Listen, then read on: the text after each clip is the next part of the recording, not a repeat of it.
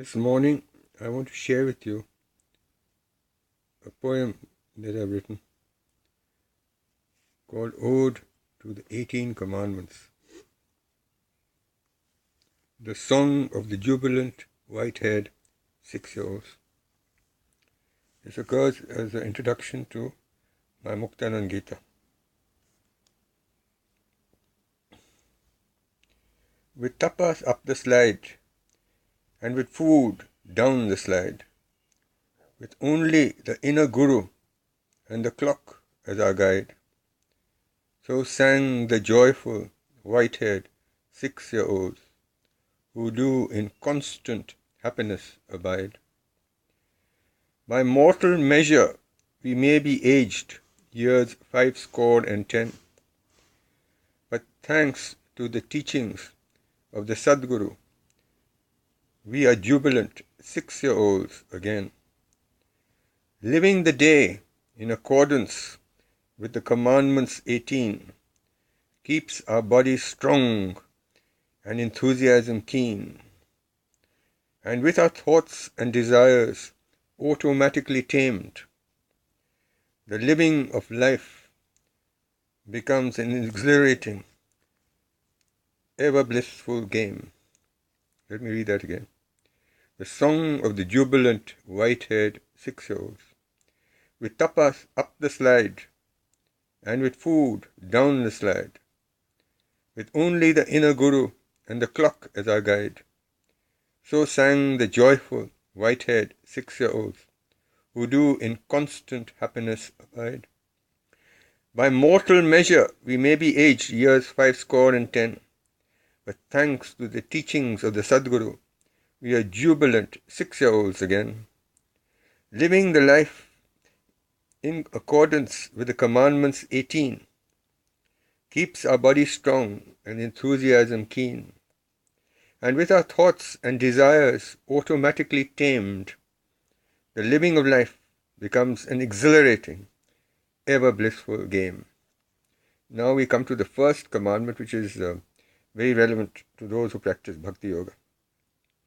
Why the commandments? Commandments are an expression of Harisrita, God's eternal rules of behavior, given by Him to help mankind live a life which pleases the one Lord and enables man to quickly, easily, one-pointedly fulfill the 4 aims of human life on earth: Dharma, Arth, Kam and Moksha.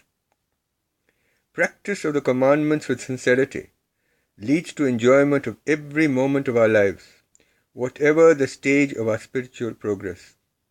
We experience lives of hope, contentment, health and happiness. The first and most important commandment is, Thou shalt believe in the one God and love the Lord with all thy heart and with all thy soul and with all thy strength and with all thy mind.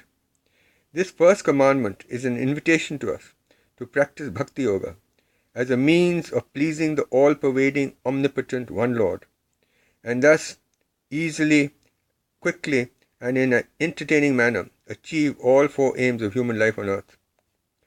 In the 7th chapter of the Bhagavad Gita, Lord Krishna teaches us that we should worship him as Vasudeva, the inner self of all. He also points out that the worshipping of and belief in the multiplicity of gods and goddesses is simply the result of a lack of understanding and shows the presence of desires of one kind or the other. As the Pandav Gita puts it, that unfortunate person who, rejecting Vasudeva, worships another god is like a thirsty person searching for a well on the bank of the Ganges. In the Uddhav Gita, Lord Krishna explains that the human mind is subject to the 3 gunas, and that the Rajas and Tamas gunas, which lead man away from the truth, can be conquered by striving to keep the man in the Sattva guna all the time, and this is easily achieved by chanting the name of Sattvic incarnations.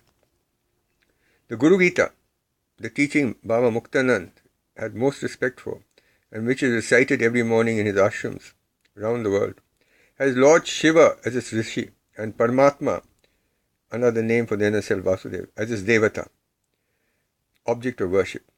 In one of its verses, Lord Shiva teaches us, Eka Deva Param Tapa. We should concentrate on the worship of the one all-pervading God.